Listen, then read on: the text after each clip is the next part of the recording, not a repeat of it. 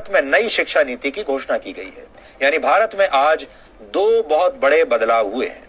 इसलिए रफाल के बाद अब हम नई शिक्षा नीति की बात करेंगे। कहते हैं जब किसी देश में कोई बड़ा बदलाव करना हो तो सबसे पहले उसकी शिक्षा नीति को बदलना चाहिए, और आज इसकी शुरुआत हो गई है। भारत सरकार के मानव संसाधन विकास मंत्रालय ने आज इस नई शिक्षा नीति की घोषणा की है। इसलिए आज हम आप सबको बताएंगे कि इससे देश के तमाम छात्रों, उनके परिवार और उनके माता पिता के जीवन में अब क्या क्या बदलाव आने वाले हैं। अगर आप छात्र हैं या किसी छात्र के माता पिता हैं तो आपको ये सारी जानकारियां बहुत ध्यान से सुननी चाहिए, और अगर आप चाहें तो नोट भी कर सकते हैं। तो अब आपको बड़े बड़े बदलाव बताते हैं। अब तक भारत की स्कूली शिक्षा व्यवस्था 10+2 के फॉर्मेट पर चलती थी, लेकिन अब इसे 5+3+3+4 के फॉर्मेट में बदल दिया गया है। इसके तहत स्कूल के पहले 5 वर्षों की पढ़ाई फाउंडेशन स्टेज मानी जाएगी, यानी इस दौरान छात्रों के लिए मजबूत नींव तैयार की जाएगी। इसका करिकुलम NCERT द्वारा तैयार किया जाएगा और इसमें प्री प्राइमरी के 3 वर्ष और पहली और दूसरी कक्षा का एक वर्ष शामिल होगा, यानी प्री प्राइमरी के 3 साल और फिर पहली और दूसरी कक्षा के 2 साल। इसके तहत बच्चों को खेल कूद और अलग अलग गतिविधियों के जरिए पढ़ाई कराई जाएगी, यानी इन कक्षाओं के छात्रों के लिए किताबों का बोझ अब पहले जितना नहीं होगा। इसलिए हम कहेंगे कि जो छोटे बच्चे अब स्कूलों में जाएंगे और अपने शिक्षा की यात्रा को आरंभ करेंगे वो बहुत किस्मत वाले होंगे। इसके बाद अगले 3 साल यानी तीसरी कक्षा से 5वीं कक्षा तक की पढ़ाई के दौरान छात्रों को भविष्य के लिए तैयार किया जाएगा। इसके तहत छात्रों का परिचय विज्ञान, गणित, कला, सामाजिक विज्ञान और ह्यूमैनिटीज जैसे विषयों से करवाया जाएगा। इसके अगले 3 साल मिडिल स्टेज माने जाएंगे और इसमें कक्षा 6 से लेकर कक्षा 8 तक के छात्र शामिल होंगे। इस स्टेज में छात्रों को तय पाठ्यक्रम के मुताबिक पढ़ाया जाएगा और इसके बाद 9वीं से 12वीं कक्षा तक इस फॉर्मेट की 4 वर्षों वाली आखिरी स्टेज होगी। ये 4 साल की स्टेज होगी। इसमें छात्रों में किसी विषय के प्रति गहरी समझ पैदा की जाएगी, उनकी विश्लेषण क्षमता को बढ़ाया जाएगा और उन्हें जीवन में बड़े लक्ष्य निर्धारित करने के लिए प्रेरित किया जाएगा। लेकिन सबसे महत्वपूर्ण बात यह है कि अब स्कूलों में पहले जैसा स्ट्रीम सिस्टम नहीं होगा। इसका मतलब यह है, यानी अगर आर्ट्स का कोई छात्र फिजिक्स की पढ़ाई करना चाहता है तो अब वो ऐसा कर पाएगा, और अगर अकाउंट्स का कोई छात्र, कॉमर्स का कोई छात्र इतिहास की पढ़ाई करना चाहता है तो वो भी ऐसा कर सकता है। लेकिन संभव है कि इसके लिए अलग अलग विषयों का एक पूल तैयार किया जाएगा और आपको उस पूल से ही अपनी पसंद के विषयों का चुनाव करना होगा। यानी अगर विज्ञान के छात्र को इतिहास में दिलचस्पी है और उसके पूल में ये दोनों विषय शामिल हैं, तब ही छात्र इनकी पढ़ाई एक साथ कर सकता है। हालांकि अभी इस पर पूरा स्पष्टीकरण आना बाकी है, लेकिन पहले की जो व्यवस्था होती थी, हमारे यहाँ 3 स्ट्रीम्स मानी जाती थी, या तो आप साइंस लेते थे या कॉमर्स लेते थे या आर्ट्स यानी ह्यूमैनिटीज लेते थे। और अगर आपने ह्यूमैनिटीज लिया है तो आप साइंस नहीं पढ़ सकते, अगर आपने कॉमर्स लिया है तो भी आप शायद साइंस नहीं पढ़ सकते, साइंस लिया है तो ह्यूमैनिटीज नहीं पढ़ सकते। ऐसी चीजें पहले हुआ करती थी अभी तक, लेकिन अब ये सब बदल जाएगा। अब आप फिजिक्स भी पढ़ सकते हैं, कॉमर्स भी पढ़ सकते हैं, अकाउंट्स पढ़ सकते हैं, एक साथ इतिहास भी पढ़ सकते हैं और फिजिक्स की पढ़ाई भी कर सकते हैं। दूसरी महत्वपूर्ण बात यह है कि 5वीं कक्षा तक की पढ़ाई अब मातृभाषा, स्थानीय भाषा और आपकी राष्ट्रभाषा में ही होगी। यानी अंग्रेजी में पढ़ाई की अनिवार्यता समाप्त नहीं होगी।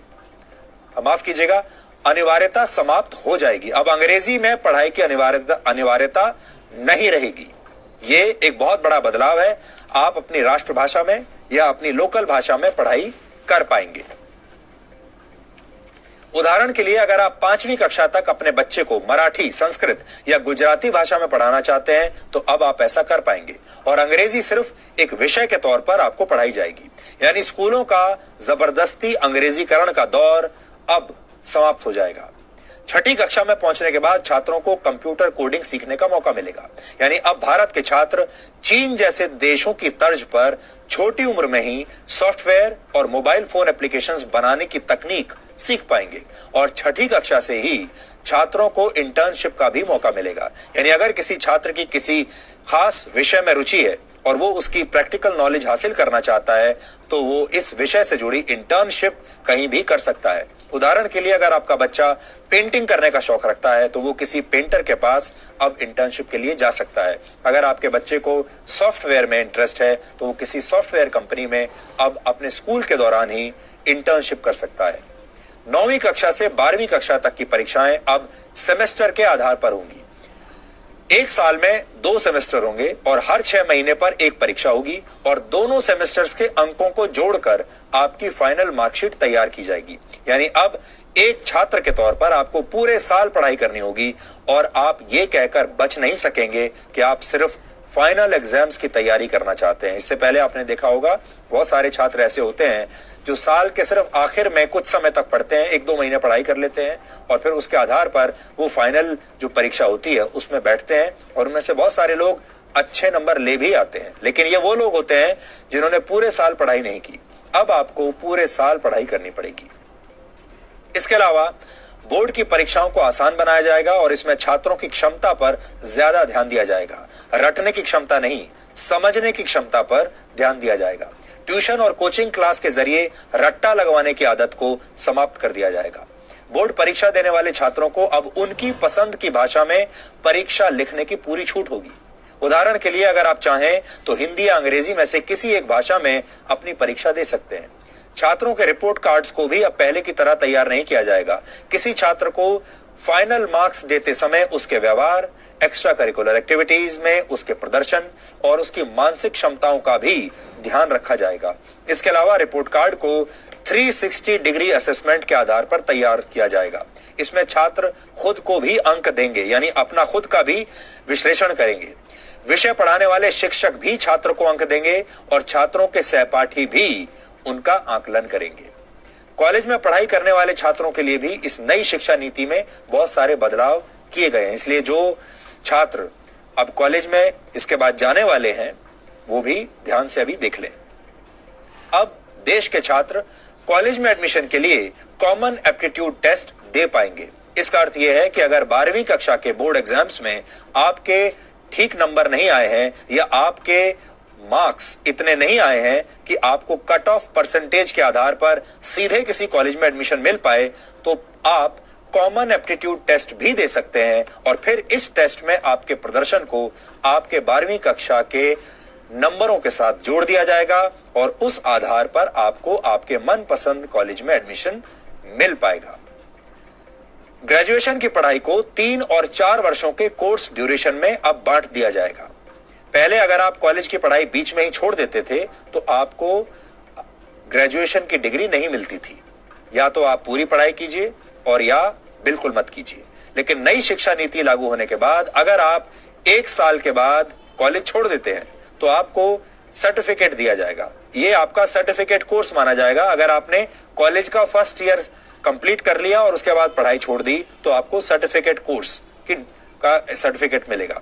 इसी तरह अगर आप सेकेंड ईयर पास करने के बाद 2 साल के बाद पढ़ाई छोड़ देते हैं तो आपको डिप्लोमा दिया जाएगा और अगर आप थर्ड ईयर यानी 3 साल की पढ़ाई पूरी कर लेते हैं तो आपको बैचलर्स डिग्री दी जाएगी। और अगर आप 4 साल का कोर्स करके बैचलर्स डिग्री लेना चाहते हैं तो आपको रिसर्च के सर्टिफिकेट के साथ ये डिग्री मिलेगी। इससे उन छात्रों को बहुत फायदा होगा जो कॉलेज के दौरान किसी प्रोजेक्ट पर काम कर चुके हैं। 4 वर्ष के इस कोर्स में स्कूल के छात्रों की तरह कॉलेज के छात्र भी अलग अलग विषयों की पढ़ाई एक साथ कर पाएंगे। इस व्यवस्था को मल्टी एंट्री और मल्टी एग्जिट वाली व्यवस्था कहा जाता है। यानी छात्र जब जिस विषय की पढ़ाई करना चाहेंगे तो वो ऐसा कर सकेंगे और जब वो ये पढ़ाई छोड़ना भी चाहेंगे तो ये काम भी आसानी से कर सकेंगे। इसीलिए इसे मल्टी एंट्री और मल्टी एग्जिट कहा गया है। आप जब चाहे एंट्री ले सकते हैं और एग्जिट भी कर सकते हैं जब चाहें। इसके अलावा एक एकेडमिक बैंक ऑफ क्रेडिट बनाया जाएगा। इसके तहत अगर आप एक से ज्यादा कोर्स एक साथ करना चाहते हैं तो आप ऐसा कर पाएंगे और जिस कोर्स को आप जहां तक कंप्लीट करेंगे उसके अंक इस क्रेडिट बैंक में जमा हो जाएंगे और फिर जब आप फाइनल डिग्री के लिए कोई कोर्स करेंगे तो उस क्रेडिट को इसमें जोड़ दिया जाएगा। ये पूरी व्यवस्था पूरी तरह से डिजिटल होगी, ऑनलाइन होगी। मानव संसाधन विकास मंत्री रमेश पोखरियाल निशंक और उनकी टीम ने इस नई शिक्षा नीति पर आज क्या कहा, यह भी आज आपको सुन लेना चाहिए। कि पूरी दुनिया में शायद इससे बड़ा परामर्श विचार विमर्श कभी नहीं हुआ होगा। इतना बड़ा नवाचार ये दुनिया के लिए एक उदाहरण है, जब किसी नीति पर देश के कोने कोने से, अभिभावकों से, छात्रों से, अध्यापकों से, विशेषज्ञों से, शिक्षाविदों से, राजनीतिज्ञों से, जनप्रतिनिधियों से और यहां तक कि 1,25,000 ग्राम समितियों से विचार विमर्श किया गया हो। यह बेहद महत्वपूर्ण है क्योंकि 34 साल से शिक्षा नीति में परिवर्तन नहीं हुआ था और इसलिए आज का ये जो परिवर्तन है और जो नई शिक्षा नीति है, मुझे विश्वास है कि पूरा समाज और सभी देशवासी इसका स्वागत करेंगे और दुनिया के शिक्षाविद भी इसको निश्चित रूप से सराहना करेंगे। आज की व्यवस्था में यदि 4 साल इंजीनियरिंग पढ़ने के बाद या 6 सेमेस्टर पढ़ने के बाद किसी कारणवश मैं आगे नहीं पढ़ सकता हूं, तो मेरे पास कोई उपाय नहीं है, मैं आउट ऑफ द सिस्टम हो जाता हूं। Multiple entry and exit system में ये रहेगा कि 1 साल के बाद सर्टिफिकेट, 2 साल के बाद डिप्लोमा, 3 या 4 साल के बाद डिग्री, यानी और multiple entry through academic bank of credit, जो नीचे बुलेट है कि मेरे जो क्रेडिट फर्स्ट ईयर के हैं, सेकेंड ईयर के हैं, जैसे बैंक के सेविंग अकाउंट होते हैं वैसे ही एकेडमिक क्रेडिट में डिजी लॉकर के माध्यम से हमारे वहां पर क्रेडिट रहेंगे, so that in the third year if I want to take a sabbatical for a year, or I want to take a break for any reason, family condition or otherwise for some time, and I return after a fixed period, within a fixed period of which will be prescribed by the new Higher Education Commission. If I come back to the education system, I will not be asked to repeat the first and second year. My credits are already there in the academic credit bank. I will utilize those credits for my further education.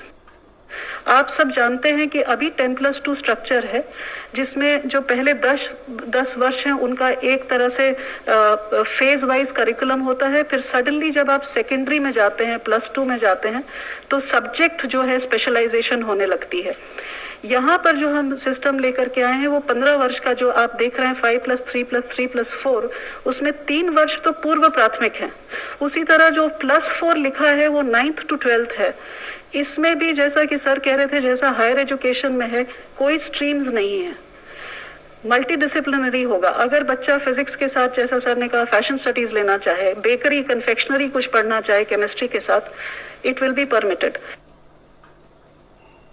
एक महत्वपूर्ण बात यह भी है कि अब स्कूलों और उच्च शिक्षा संस्थानों में संस्कृत भाषा को भी बढ़ावा दिया जाएगा। संस्कृत के विश्वविद्यालयों में अलग अलग विषयों की पढ़ाई संस्कृत में कराई जाएगी। स्कूल और कॉलेज में भी संस्कृत की पढ़ाई पर जोर दिया जाएगा। आईआईटीज की शिक्षा व्यवस्था को भी पहले से ज्यादा समग्र बनाया जाएगा और अब इन उच्च शिक्षा संस्थानों में आर्ट्स और ह्यूमैनिटीज के विषय भी पढ़ाए जाएंगे। इससे आर्ट्स और ह्यूमैनिटीज के छात्र विज्ञान की जानकारियों का इस्तेमाल दूसरे क्षेत्रों में अपनी स्किल्स को बेहतर करने के लिए कर पाएंगे। कुल मिलाकर अब देश की शिक्षा व्यवस्था ऐसी होगी कि छात्र व्यावहारिक ज्ञान हासिल करके देश के लिए बड़े बड़े आविष्कार कर पाएंगे।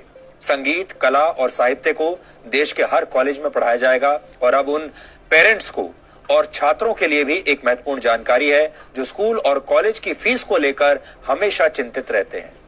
इसके तहत नए नियम निर्धारित किए जाएंगे और स्कूल और कॉलेज एक निश्चित फीस से ज्यादा पैसा आपसे नहीं ले पाएंगे। अब आप ये सोच रहे होंगे कि नई शिक्षा व्यवस्था, ये नई नीति लागू कब से होगी? तो यहां आपको बता दें कि इसके लिए जो बिल तैयार किया गया है उसका नाम है नेशनल हायर एजुकेशन बिल। इस बिल को फिलहाल कैबिनेट ने मंजूरी दे दी है और अब इसे संसद में पेश किया जाएगा और इसके बाद ये कानून की शक्ल ले लेगा और फिर राज्य सरकारों को भी इस पर कानून बनाकर अपने अपने राज्यों में इसे लागू करना होगा। इसी शिक्षा नीति की घोषणा के साथ मानव संसाधन विकास मंत्रालय का नाम भी अब बदल दिया जाएगा और अब इसका नाम हो जाएगा शिक्षा मंत्रालय, जो कि बहुत सरल है और ये काम बहुत पहले कर देना चाहिए था। नई शिक्षा नीति को तैयार करने के लिए 2 लाख से ज्यादा लोगों की राय ली गई और इसी के बाद इस नई शिक्षा नीति की घोषणा की गई है। यह शिक्षा नीति वर्ष 2021 और 2022 के एकेडमिक सेशन तक लागू हो जाएगी। यानी आपका जो अगला एकेडमिक सेशन होगा, जो 2021 में शुरू होगा, वो इस नई शिक्षा नीति के साथ, नए नियमों के साथ लागू होगा।